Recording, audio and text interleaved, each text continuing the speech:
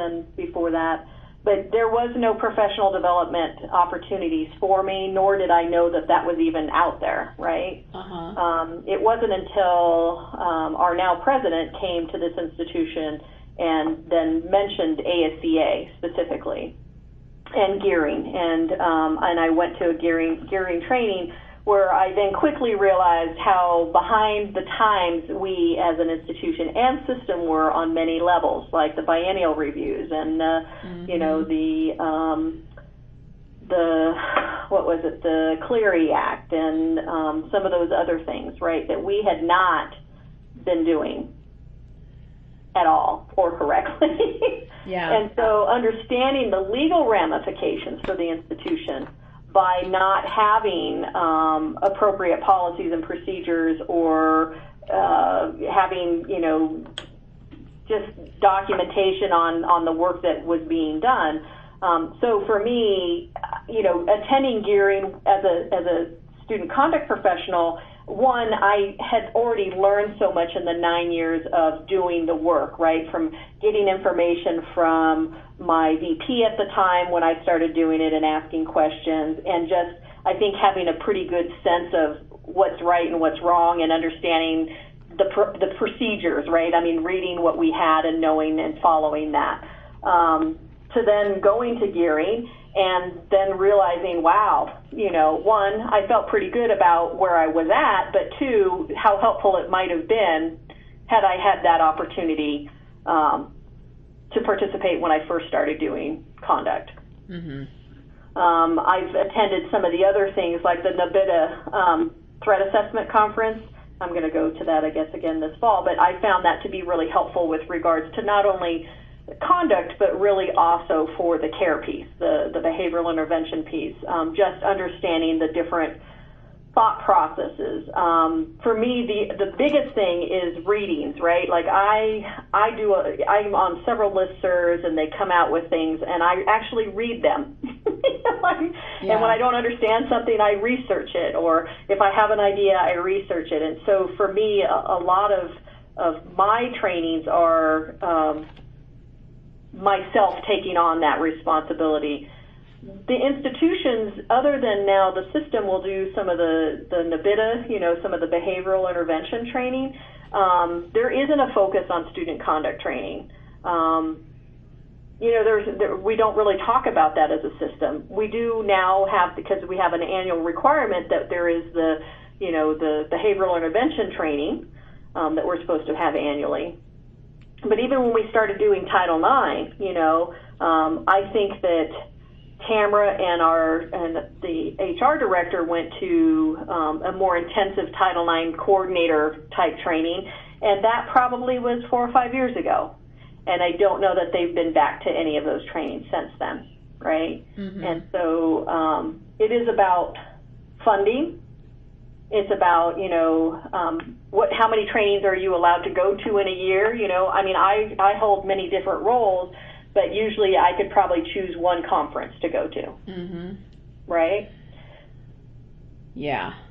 And so, you know, so for people that have many roles, I mean, their conduct, their care, I was compliance, you know, I also did Title IX. Well, that's four different areas, right? Sometimes they intersect with each other, but bottom line, I'm not going to 4 conferences in a year when they cost, you know, $2,000 to $3,000 a conference. And we're not getting, I have no budget for, I mean, I am not general fund budgeted at all, my office. I did have some money that I earned, and I think I might have shared with you from a grant that I did, but now that's in jeopardy now, too. I think they're going to be taking that money because it came in sort of as a fee for service, and anyways, I don't know. But anyways, I had about $105,000 that I was going to, you know, carry through for the next 5 years to support things like my emergency fund and the care team and compliance programming, and then my office and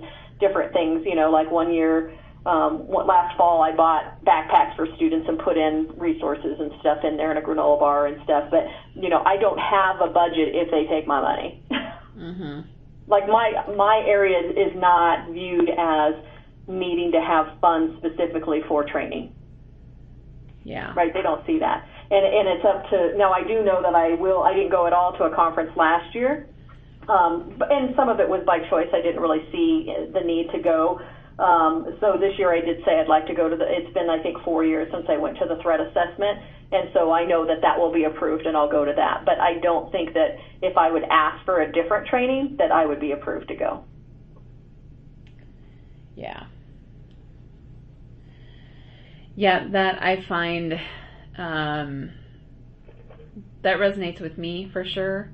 With all the responsibilities that we had, it was very limited on what we could do for training. Yeah. Yeah.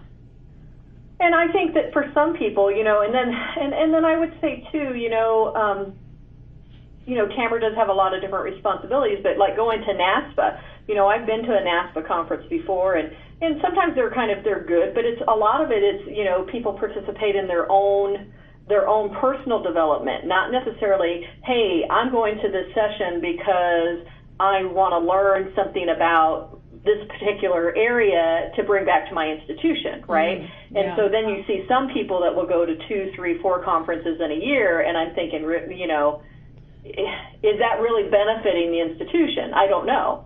I mean, sometimes I go to conferences and there's not a whole lot of learning at all, and I don't like going to conferences like that. It says here, what was the best training you ever experienced? And I'll tell you, when I went to Gearing, I thought that was really good. But when I've gone to the national conferences for ASCA, I have really benefited from many of the different sessions, right?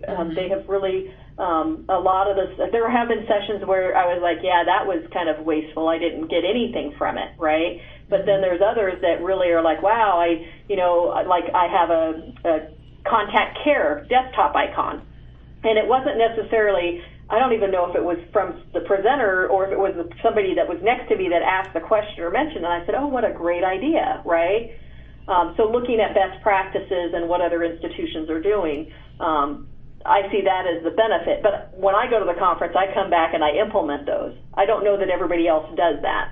Mm-hmm. It's just going, and I don't want to just go to I do vacations. It's not a vacation for me, right? Yeah.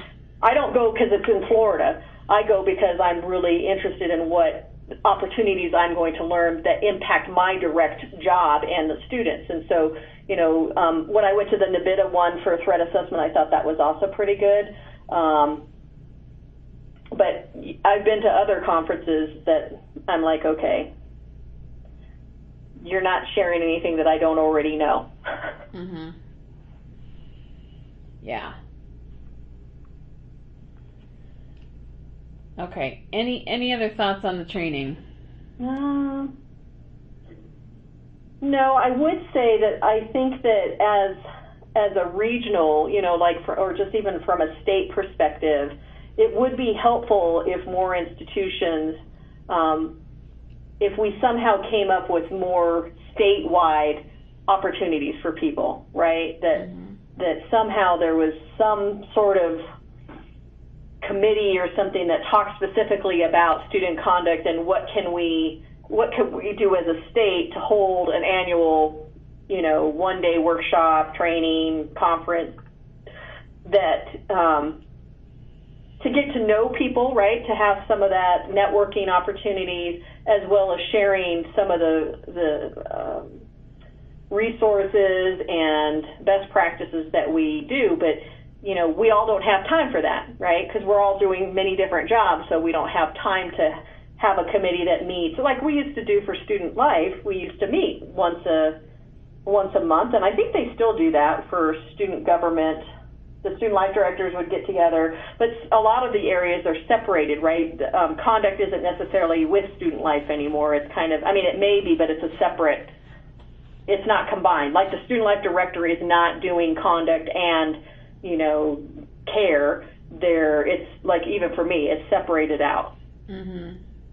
So that annual meeting that we used to have conversations about conduct and things, that's not happening so much anymore. Yeah. Oh, and guess what? I think you knew, oh gosh, what's her name? Dawn Souza. Uh-huh. I saw her on Friday. Yeah. She's retired. That was her last day. She's going to come back and work 6 months, but that's it. Apparently, Pikes Peak, they're changing all of their like